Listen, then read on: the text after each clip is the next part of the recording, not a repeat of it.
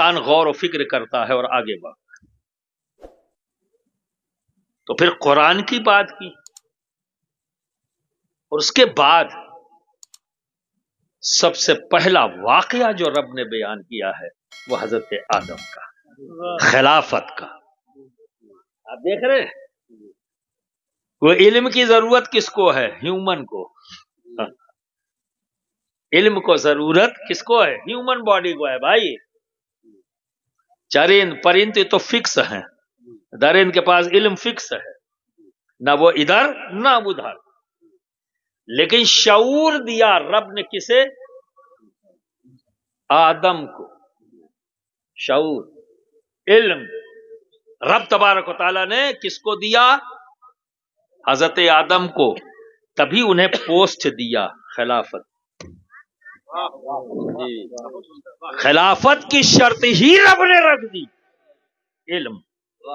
میں کہاں تم لوگ کھڑے ہو؟ مقابلے میں فرشتے ہیں، کوئی اور نہیں، ہما شما نہیں ہے۔ ای والے میاں، او والے میاں، ای والے مولانا، او والے مولانا، ای والے علامہ، او والے علامہ، ای والے مفتی، او والے مفتی، یہ مقابلے میں نہیں ہے۔ مقابلے میں ہیں فرشتے۔ فرشتے جو صرف آمنا صدقنا کرنا جانتے ہیں، وہ اللہ کے حکم کے سامنے کوئی بھی حکم جو دے دیا رب نے اس میں کوئی تبدیلی نہیں کرتے۔ حد یہ ہے ایک فرشتہ، ایک گروہ فرشتوں کے ایسے ہیں جو صرف ایسے ہی کان ہاتھ پہ رکھے ہوئے، یہ کان کی لو سے اپنے ہاتھوں کو لگائے ہوئے، اور آپ اللہ اکبر ہے نا۔ اس کنڈیشن میں نہ جانے کب سے اور نہ جانے کب تک، جب تک رب چاہے گا کوئی تبدیلی نہیں۔ نہ جانے کب سے فرق میں اپنے رب کی بندگی کر رہے ہیں، نہ جانے کب سے حالت میں ہیں، کوئی دوسری حالت نہیں، ایک ہی ہے۔ نہ جانے کب سے سجدے میں ہیں، نہ جانے کب سے قیام کی حالت میں ہیں، فرشتے ایک ایک، پر کوئی تبدیلی انہوں نے نہیں کی۔ یہ مجاز ہے فرشتوں کا، اور وہ نوری ہیں، نور کے بنے ہیں۔ اب آپ اندازہ لگائیں، اور ہم ہیں خاک کے، ہم ہیں خاک کے، وہ نور ہیں۔ مد مقابل کون ہے؟ نوری جماعت ہے۔ مد مقابل کون ہے؟ جو رب تبارک و تعالیٰ کے ہر حکم پر آمنا صدقنا، اس کے سوا انہیں کچھ آتا ہی نہیں۔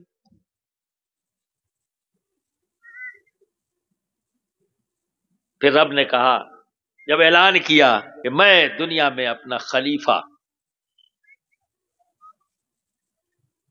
کہا تو چونکہ رب نے مشورہ کیا، انفارمیشن دی، بتا رہا ہے، کیونکہ ان کا تو مجاز ہی نہیں ہے، وہ تو صرف آمنا صدقنا۔ لیکن جب رب نے انہیں یہ موقع دیا، کیونکہ رب موقع دے رہا ہے بتا کر، تب فرشتوں نے سوال بھی قائم کیا، کیا ہے پروردگار عالم، کیا تو ایسے کو اپنا خلیفہ بناتا ہے جو زمین پر جا کر فساد کرے گا، جنگ کرے گا؟ تو ان کے علم میں یہ بات ہے، وہ جانتے ہیں۔ کیا جانتے ہیں؟ ممکن ہے وہ خاک کی بات جانتے ہوں، مٹی کی، اور ہر مٹی کی اپنی اپنی خصلت ہے، اس کی تاثیر ہے اپنا، اس کا مزاج ہے۔ دیکھو ایک آپ کے راجستھان میں ایک مٹی ہے جسے ہم لوگ ریت کہتے ہیں، بغلی میں ہے، دیکھا ہوگا، سب نے دیکھا ہے کہ نہیں دیکھا ہے؟ نہیں دیکھے ہو؟ تو زور سے بول دو نا، تو زور سے ہاتھ اٹھا کے بولو۔ ہاں تو سب نے دیکھا ہے، پوچھا کریں تو جواب دیا کرو تاکہ لگے کہ سن رہے ہو غور سے۔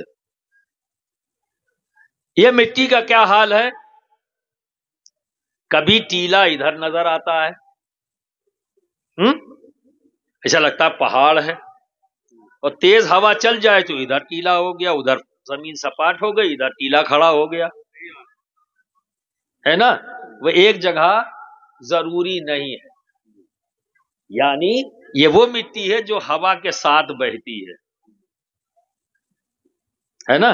ہوا بدل گئی تو اس کی جگہ بدل گئی، جب تک ہوا نہیں ہے ایک جگہ ہے، اور جیسے ہی ہوا بدلی جگہ بدلی اس نے بھی، یہ ہوا کے ساتھ چلتا ہے۔ ایک مٹی یہ بھی ہے، ایک مٹی وہ ہے جو کنکریلی ہے، سخت ہے، اگر اس پہ پھاوڑا چلاؤ، گیتی چلاؤ، چنگاری نکل آوے۔ ایک مٹی ایسی ہے کالی مٹی، کنکریلی بنجریلی مٹی اس طرح کی ہوتی، لیکن اگر پانی ڈال دو اس کے اوپر تو پورا پیر گھس جائے، اگر پانی بھر دیا جائے اس میں تو پھول جائے گی اور اتنی کمزور ہو جائے گی کہ پیر ڈالو تو پورا پیر گھس جاوے،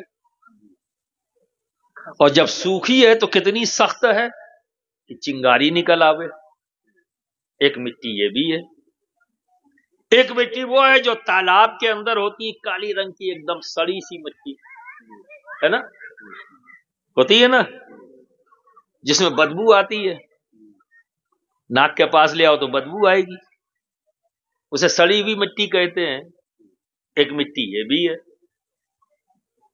تو کھنکتی ہوئی مٹی، سڑی مٹی، ہوا کے ساتھ بہنے والی مٹی، ٹھیک ہے۔ ایک مٹی وہ ہے جو دومٹ ہے، بالو اور اس میں وہ ملی ہوتی ہے، جو پانی ڈال دو تو نرم اور ملائم بن جائے، ہے نا۔ اور ایک چکنی مٹی جس میں پانی ڈال دو تو یہاں پیر رکھو گے وہاں نظر آؤ گے، تو وہ چکنی مٹی جو پیلے رنگ کی ہوتی ہے، بہت پیلی پیلی ہوتی ہے، چکنی ایک دم، اور بہت سافٹ، اسے جو شیپ چاہیں ہم دے لیں۔ اتنی طرح کی مٹی ہیں اور اس کی اپنی اپنی عادتیں ہیں، اللہ نے رکھی ہے اس میں، اور ہمارا وجود جو تیار کیا ساری مٹیوں کو ملا دیا اس نے،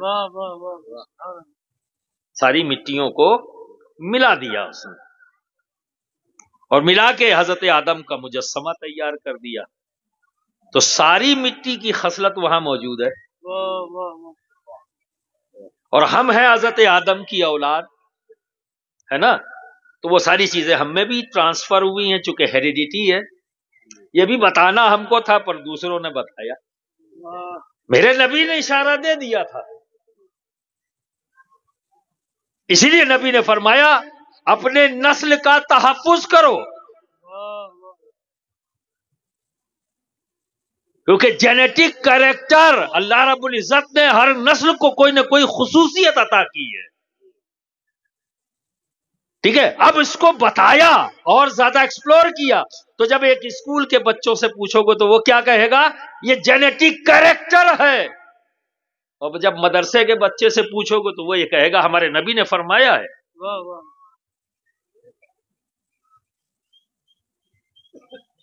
یہ کمیونیکیشن گیپ، مدرسے کا بچہ بھی وہی کہہ رہا ہے، اسکول کا بچہ بھی وہی کہہ رہا ہے، پر دونوں کے درمیان گیپ ہے، بات ایک ہی کہہ رہے ہیں پر سمجھ میں نہیں آ رہا، اسے لگتا ہے یہ الگ بات کہہ رہے، اسے لگتا ہے وہ الگ بات کر، دونوں بھیڑے ہوئے ہیں بھائی، اور زیادہ بول دے تو کہتے ہیں گمراہ ہے، تو گمراہی کا لگ گیا کام سے۔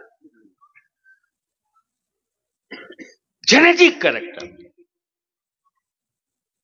1300 سال، مطلب آپ سمجھیے مخدوم پاک کا دور، یعنی کم سے کم 800 سال۔ جب مخدوم پاک کی چوچا شریف آئے، کچھوا شریف کے پاس ہی ایک آبادی تھی، وہاں ایک سید صاحب رہتے تھے، ان کا نام تھا جمال، سید جمال، تو مخدوم پاک ان کی زیارت کے لیے جاتے تھے، معلوم ہے کیوں؟ کیونکہ ان کی شکل ہمارے آقا محمد عربی صلی اللہ علیہ وسلم کی شکل سے ملتی تھی۔ یہ کوئی تعجب کی بات نہیں ہے، اولاد اپنے باپ ہی کا چہرہ پائے گی، اپنے جد کریم کا ہی چہرہ پائے گی، اس کے لیے محدود نہیں ہے۔ اگر محدود ہو جائے گے تو یہ اولاد آدم کا جو ٹیگ لے کر آپ بیٹھے ہو یہی گڑبڑی ہو جائے گی. اس کو مان رہے ہو تو اس کو بھی ماننا پڑے گا. چونکہ اولاد آدم وہ ہے 2 ہاتھ 2 پیر، یہ جو تمہیں ملا ہے یہ اولاد ہونے کی بنیاد پر ملا ہے. یہ جو تمہارے پاس وجود ہے یہ وجود اولاد آدم ہونے کی بنیاد پر ہے، کیونکہ ہر بشر آدم کی اولاد ہے. تو یہ جسم وراثتاً ہمیں ملا، وراثتاً ہمیں ملا ہے. اسی طرح چونکہ اللہ رب العزت نے جب فرشتوں نے کہا تو سوچا ہوگا نا مٹی ہے، ہر طرح کا معاملہ ہے. تو جب کسی کو بنا موقف کے پاؤ، جس کا کوئی موقف نہ ہو، کوئی ٹارگیٹ نہ ہو، کبھی صبح کچھ کہے، دوپہر میں کچھ کہے اور رات میں کچھ کہے، سمجھ لینا اس پہ اڑنے والی مٹی کا اثر ہے. جو ہوا کے مطابق چلے سمجھ لینا کہ اس پر اس کا اثر ہے. جسے ظلم کرتے دیکھو، سخت مجاز دیکھو، اتنا ہی کمزور ہوتا ہے وہ، یہ بھی جان لینا. ظالم کبھی بہادر نہیں ہوتا، پکا ڈرپوک ہوتا ہے، اور بڑا ہی کمزور ہوتا ہے جو ظالم ہوتا ہے. اس لیے دیکھو نا ساری سیکیورٹی اسی کے پاس ہے. کہے گی تو بہت بڑی توپ ہے، تو اکیلے چل کے دیکھا. کیا بات ہے، بہت پوائنٹ کی بات.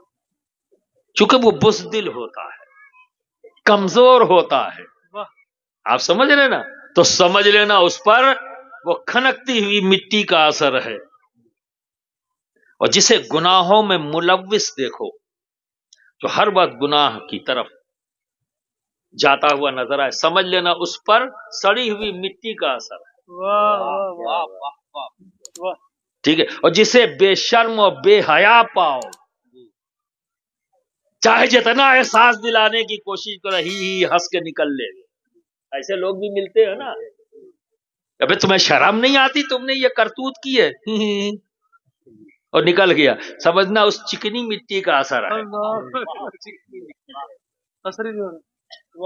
سمجھے؟ اور وہ مٹی جو نرم اور ملائم ہے وہ مومنوں میں نظر آتی ہے. سبحان اللہ. مومنوں میں وہ اس کا اثر نظر آتا ہے، کیونکہ وہ اللہ اور اس کے رسول کے حکم کے مطابق اپنے آپ کو ڈھالتا رہتا ہے. سبحان اللہ. وہی مٹی کمہار استعمال کرتا ہے. واہ سبحان اللہ. اسی مٹی کا استعمال کمہار کرتا ہے. یہ گھما دیتا ہے، جدھر جدھر انگلی سے اشارہ کرتا رہتا ہے ویسے ویسے وہ شیپ لینے لگتی ہے. کبھی لوٹا بن جائے گی، کبھی گلدستہ بن جائے گی، کبھی گلاس بن جائے گا، کچھ بھی جو کمہار چاہے. واہ واہ واہ سبحان اللہ. جو کمہار چاہے وہی رنگ. واہ.